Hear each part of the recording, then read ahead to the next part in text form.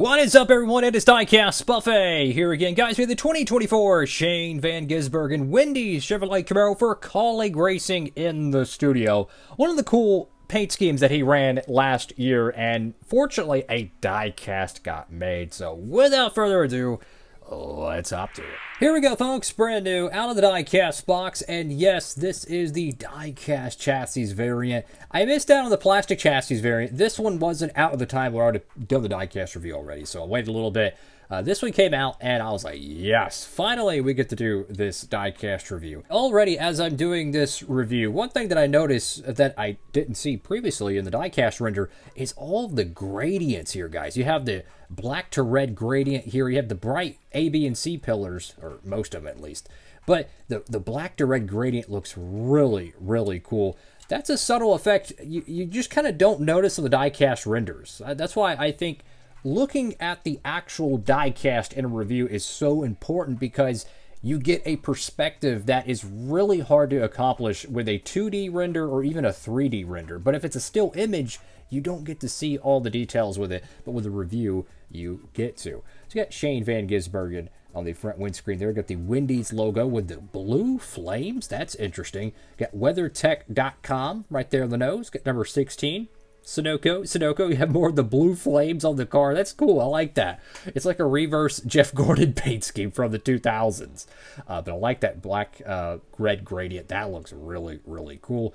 Go left side of the diecast. Got the number 16. And if you look at the number position, that is pretty close to where the old school number placement was. Like, a lot of these cup paint schemes are a little bit more forward. Colleague, they keep moving their numbers back. I like that. Trackhouse does a similar thing as well. Got Cup Series, got Goodyear, got, oh my goodness, that says Wallace? Does that say Wallace there? Wait, hold on. I had to take a double take there. I think that says Wallace. I have no idea what the backstory might be. I had to do a double take. I'm like, this is not a Bubba Wallace diecast, is it? It's not Rusty Wallace. I had to do a double take there. Leaf filter, got your B-post decal.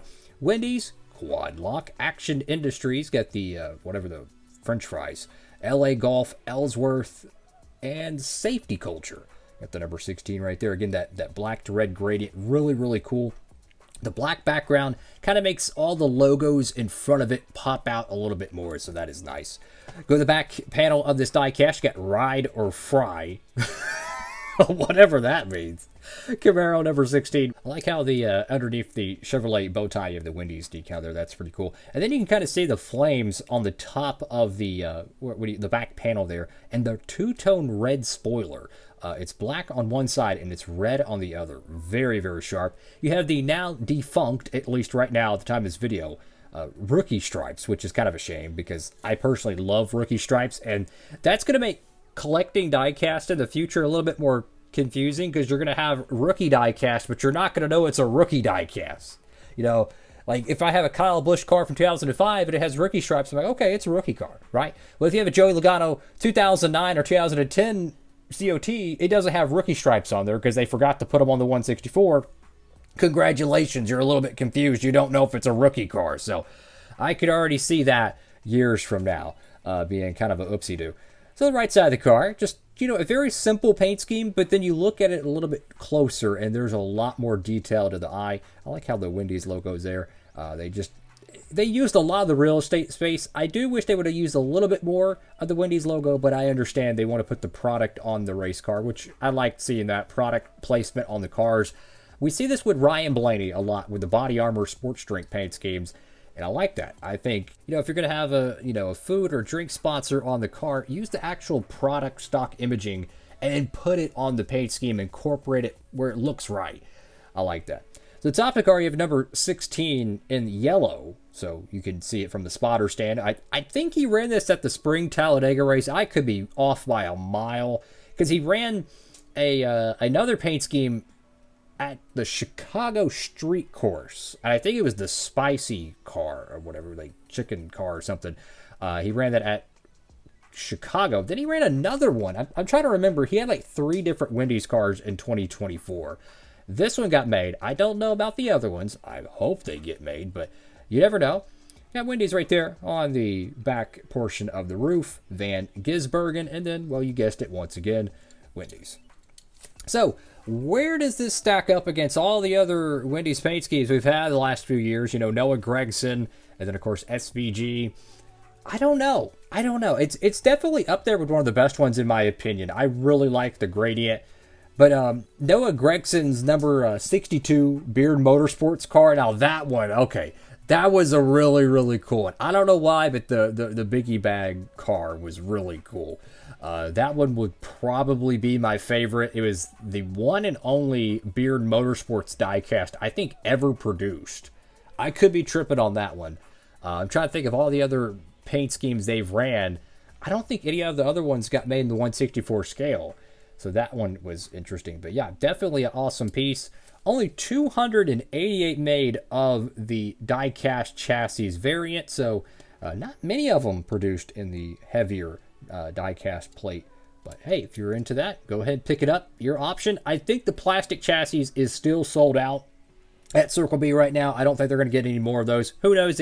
Sometimes they'll find one or two maybe in their warehouse and they'll list them. You never know.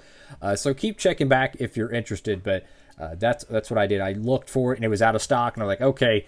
Then a week or two later, the diecast chassis variant came out. And I'm like, okay, we'll just pick it up and do that. Get the diecast review going in the studio. Fantastic paint scheme. Absolutely recommend it. Great for your stop motions. It's another number 16 car you can use. They have, I'll end the video on this. They have his WeatherTech car. Yeah, the number 16 WeatherTech car. What's really cool is they have his 88 car available right now as well. So you could have, like, if you have a diecast stop motion, you could have a number 16 WeatherTech car, right? And then you could have a number 88 WeatherTech car in the same race. That's kind of cool. I want to show a couple of the new releases real quick in the studio, as some of y'all might not have seen these. But this is the brand new Jeff Gordon 1994 Charlotte Coke 600 Race to Win. That is an incredible looking diecast. Cannot recommend that car enough. It is just one of the best looking paint schemes I've ever seen. Here's the most absolutely random Xfinity car you'll probably ever see. The Falling in Reverse Chevrolet Camaro for BJ McLeod. I think this ran at the Indy Xfinity race, believe it or not. I think it actually ran that. That is like one of the craziest looking paint schemes I've ever seen. It's got so much detail on it. Check out the diecast review I did on that paint scheme. And then for you Tyler Reddick fans, you can pick up the Hamburglar car, as well as the, what is it? What is the purple dude? Grimace? Yeah, that's his name. You can pick up the paint scheme for that dude as well. I think it's called, like, Bubba Wallace and Tyler Reddick. They have a little combo paint scheme there. So you can pick both of those up over there at Circle B. That's all for now. Make sure to like, comment, and subscribe. Diecastbuffet. Sign it off.